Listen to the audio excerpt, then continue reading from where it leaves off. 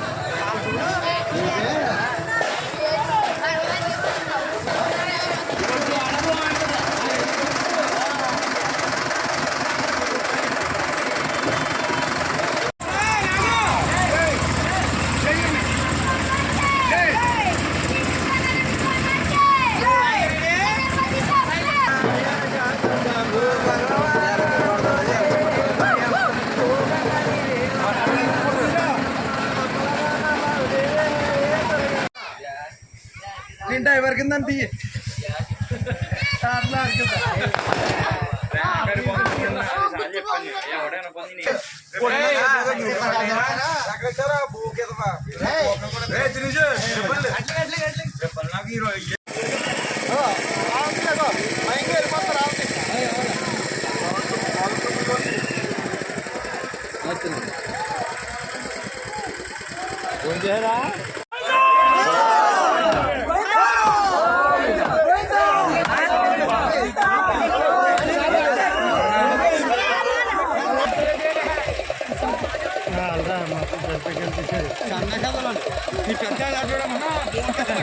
అమ్మ మీరు ఏం చేయాలంటే ఈ పక్క ఎత్తుకోవాలండి, ఈ పక్క ఎత్తుకోవాలండి. మీ వాళ్ళని ఎత్తారు కదా.